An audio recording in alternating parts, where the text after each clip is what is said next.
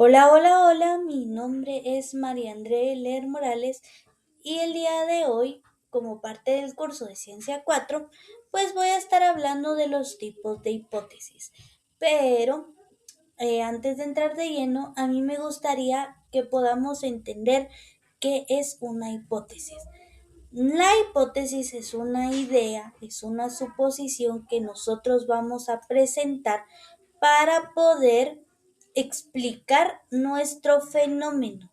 Entonces quiere decir que nosotros le vamos a dar una posible respuesta. Por ejemplo, si yo estoy hablando de la ansiedad, yo puedo decir que la ansiedad se presenta debido a la mala alimentación en jóvenes. Esa es mi hipótesis. Yo no sé si es verdad, yo no sé si haya relación, pero pues yo estoy dando una posible respuesta. En nuestra vida diaria nosotros la aplicamos mucho. ¿Será que si yo salgo a las 5:15, yo voy a llegar a mi cita a las 6? ¿O llegaré más temprano, llegaré muy tarde? Entonces, las hipótesis siempre van a ser muy importantes y creo que es muy importante que no las miremos desde un lado científico, desde un lado muy difícil, sino que las miremos desde lo cotidiano, desde lo que nosotros tenemos como cercano, ¿sí? Porque creo que nosotros todo el tiempo estamos haciendo inferencias y nos estamos preguntando ¿por qué pasa esto?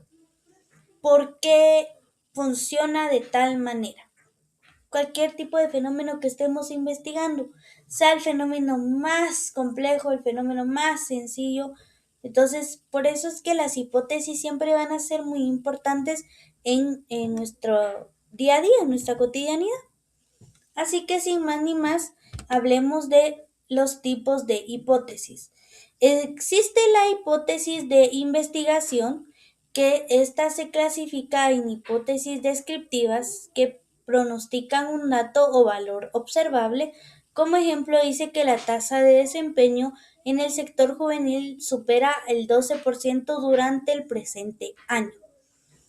Hay hipótesis de investigación correlacionales que especifican la relación entre dos o más variables sin establecer una causa o efecto.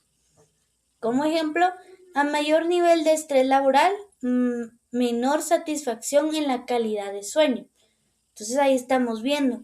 Bueno, yo no sé si en realidad me interesa hablar del sueño o del estrés laboral. Yo pues pienso que tienen relación, pero que una no es la causa de la otra, o una no causa efecto en la otra. Solo es ver si tienen relación o no. De diferencia de grupos. Comparan las características entre dos o más grupos de estudio. Por ejemplo, los estudiantes que toman notas a mano obtienen calificaciones más altas que quienes las toman en computadora. Las hipótesis causales, aquí sí ya vamos a establecer una relación entre causa y efecto entre variables independientes y dependientes. El consumo diario de más de 30 gramos de azúcar añadido incrementa significativamente el riesgo de desarrollar diabetes tipo 2. Diferenciemos entre una correlación y una causa. Esto nos va a ser muy, muy importante, no solo en la realización de hipótesis, sino también en nuestros estudios. Cuando nosotros vayamos a hacer un estudio, pues entonces, ¿qué es lo que al final nosotros queremos? ¿Queremos una relación causal o solo algo correlacional? ¿Ok? Ahora, eh, las hipótesis nulas. Es el reverso o la negación directa de la hipótesis de investigación. Su función en el método científico es servir de punto de partida para ser refutada o rechazada mediante pruebas estadísticas. Ejemplo, en la hipótesis nula de diferencia de grupos. Ah, para poner hipótesis nula utilizamos n sub 0. No existen diferencias significativas en las calificaciones entre estudiantes que toman notas a mano y las que toman notas en computadora. Ahora, otro ejemplo de la hipótesis nula causal es: el consumo diario de azúcar añadido no influye en el riesgo de desarrollar diabetes tipo 2. Básicamente, en nuestra hipótesis de investigación, nosotros vamos a afirmar esa causa, ese efecto, y en la hipótesis nula nosotros lo vamos a negar, lo vamos a refutar. Y esta es la que nos va a servir para el análisis estadístico posterior que nosotros vamos a hacer. Pero ojo ahí también, porque no siempre las hipótesis las vamos a poner al inicio de nuestro estudio. Tenemos que saber y tener muy claro qué tipo de estudio tenemos para saber qué tipo de hipótesis escribir y si al final vamos a poder utilizar algún tipo de prueba estadística o no. Eso es importante también. Hay hipótesis alternativas que para escribirlas es H sub A. Proponen una respuesta o explicación distinta a las planteadas tanto en la hipótesis de investigación como en la hipótesis nula. Se formulan cuando existen posibilidades reales y fundamentadas distintas a la hipótesis de investigación. Hipótesis de investigación: el tratamiento A es más efectivo que el tratamiento B. La hipótesis nula, recordemos, esta niega: el tratamiento B es más efectivo que el tratamiento A o ambos tratamientos son inefectivos. Solo el tratamiento C funciona. Esta nos va a dar otra perspectiva, otro punto de vista. No siempre se utilizan, no siempre se colocan en los estudios, pero sí es muy importante que nosotros sepamos. Ahora tenemos las hipótesis estadísticas, que consisten en la traducción de hipótesis de investigación nulas o alternativas a expresiones matemáticas y símbolos estadísticos. Tenemos su clasificación, que es de estimación. Evalúa la suposición del valor de un parámetro en una población. De correlación, traduce la asociación de diferentes variables a coeficientes que puedan ser medidos, ¿verdad? Para encontrar una relación entre sí. De diferencia de medias, comparan estadísticamente los promedios de dos o más grupos analizados. ¿Cuáles son los pasos para probarlas? El nivel de significancia: se fija un riesgo del 5% para equivocarse al rechazar la hipótesis nula. Recordemos que por más seguridad que nosotros tengamos, pues siempre tenemos un margen de error, y eso está bien. Como investigadores, pues no vamos a poder hacerlo todo súper hacia el pie de la letra, ¿verdad? Entonces, pues hay que entender que el margen de error existe. Cálculo: se calcula el promedio de la muestra y se aplica una prueba estadística como la t-de-student.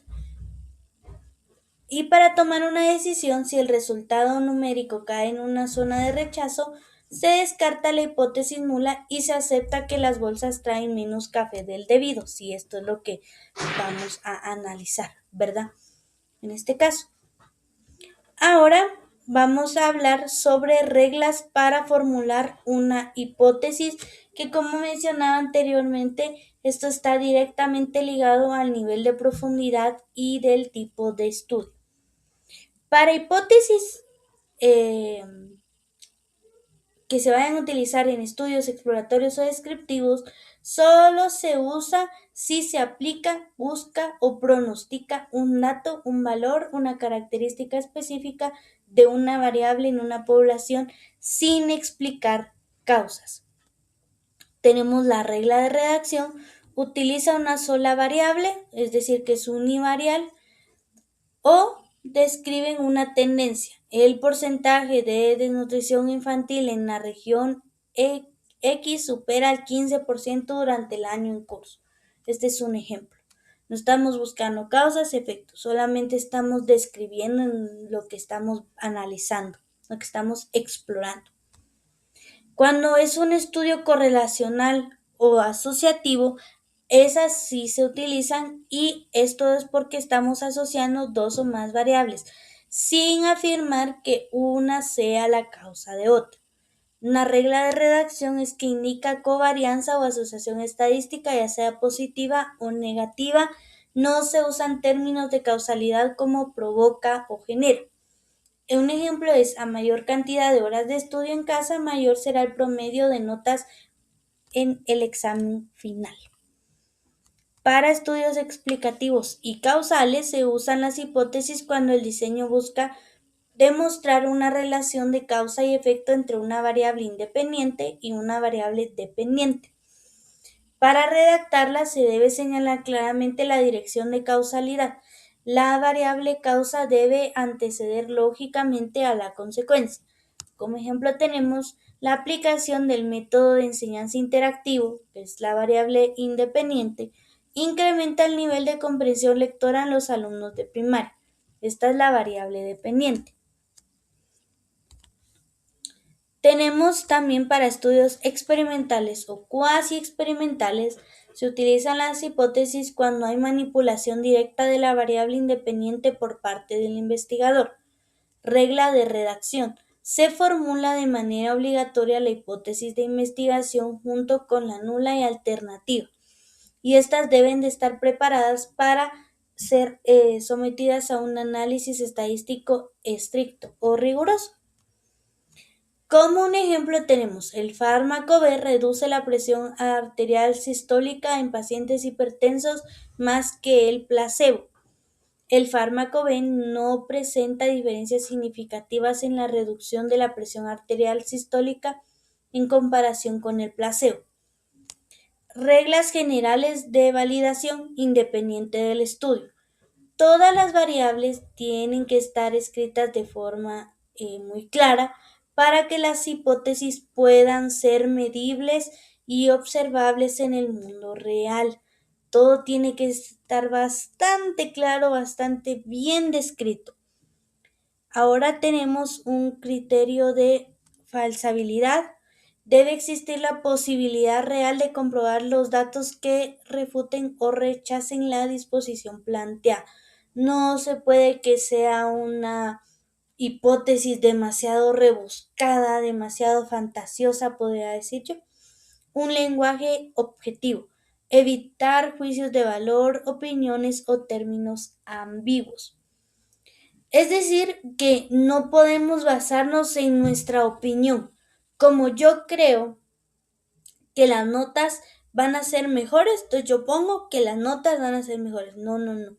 Yo necesito que hayan estudios que respalden y que me digan: sí, las notas van a mejorar porque los estudiantes han tenido horas de sueño de calidad. Yo tengo que saber que lo estoy logrando. No puedo decir: sí, los estudiantes van a dormir bien todos los días. No, pues eso no se puede, porque yo no voy a estar ahí en la casa con los estudiantes, porque no estoy pensando bien en qué es lo que yo voy a hacer para poder apoyar a eso. Esto solo es un ejemplo, ¿verdad? Pues yo espero que este video diario, que esta descripción de las hipótesis sea de utilidad para quien vea este video diario. Espero que la explicación haya quedado clara. Recordemos que pues el plantear una hipótesis es algo que hacemos comúnmente. También recordemos que mientras más vamos avanzando, pues vamos a ir entendiendo más sobre qué posibilidades tenemos respecto a la hipótesis, por qué es importante prestarle especial atención a la hipótesis nula, porque como se decía anteriormente, pues esta va a ser la que vamos a aceptar o vamos a rechazar. Entonces, tenemos que iniciar sabiendo que es una hipótesis, que cómo se clasifican, para poder entender entonces luego los, los procedimientos estadísticos, las pruebas. En el video diario pasado yo hablaba de una prueba paramétrica.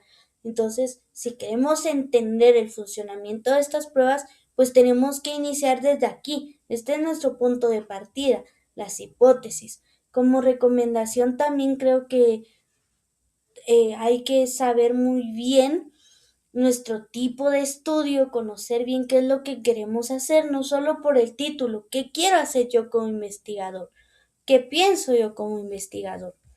Así que pues llegamos al final de este video diario. Feliz tarde. Nos vemos a la próxima.